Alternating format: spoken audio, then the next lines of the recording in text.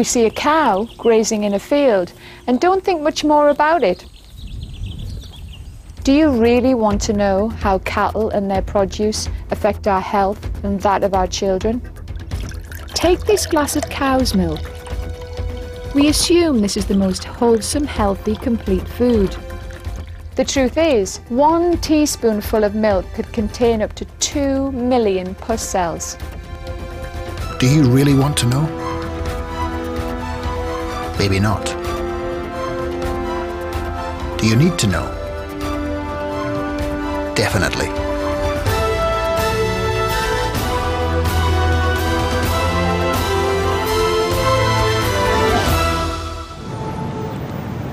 Today we'll lead busier, more hectic lives than ever before. Lose 40 pounds in 30 days? There is. Call now. We are an advertiser's dream and our own worst nightmare. We, the consumers, eagerly lap up everything they throw at us. In the beginning, our ancestors hunted on foot, often walking for many days before successfully capturing a meal. We don't exercise the way our ancestors did. Our sedentary lives mean our bodies no longer need the high-calorie consumption of saturated fat. Milk is the first food we consume, our mother's breast milk, if we are fortunate. Breast milk is high in polyunsaturated essential fatty acids. The human brain develops rapidly during the first year of life, growing much faster than the body and tripling in size by the age of 1. The higher level of unsaturated fatty acids in human milk reflects the important role of these fats in brain development. A rapid increase in body size is more imperative for cows than rapid brain development. Therefore, cows provide milk that is high in bodybuilding saturated fats to help their calves grow rapidly in size. We assume cow's milk is the most wholesome, healthy, complete food there is. The truth is, it is. For baby cows.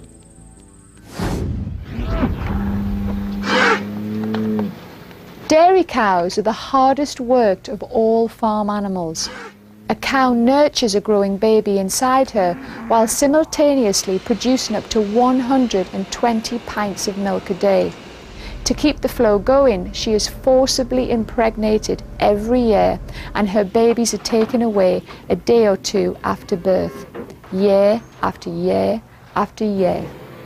It's not surprising this continual state of pregnancy and lactation takes its toll.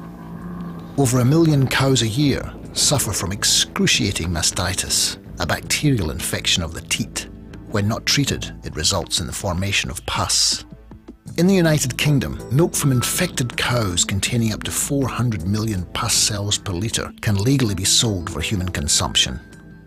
In the United States, the legal amount of pus cells per litre varies from state to state, with Rhode Island being the lowest at just over 200 million pus cells per litre, and Florida being the highest, legally allowing just over 500 million pus cells per litre.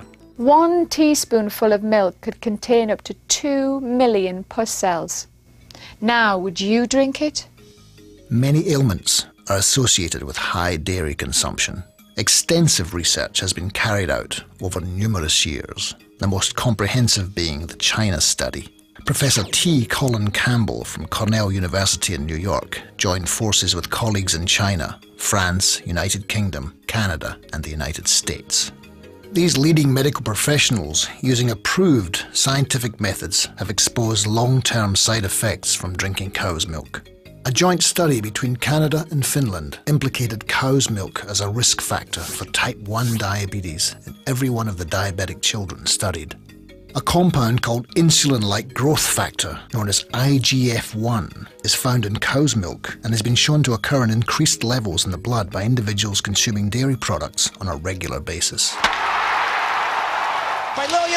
Men who had the highest levels of IGF-1 had more than 4 times the risk of prostate cancer compared with those who had the lowest levels.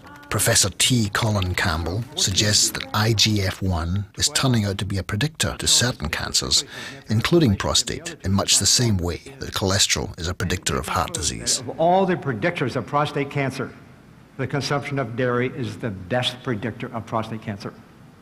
During their lifetime, the average American consumes almost 600 pounds of dairy products, which is about 3 times more dairy than grains and almost 5 times more dairy than vegetables.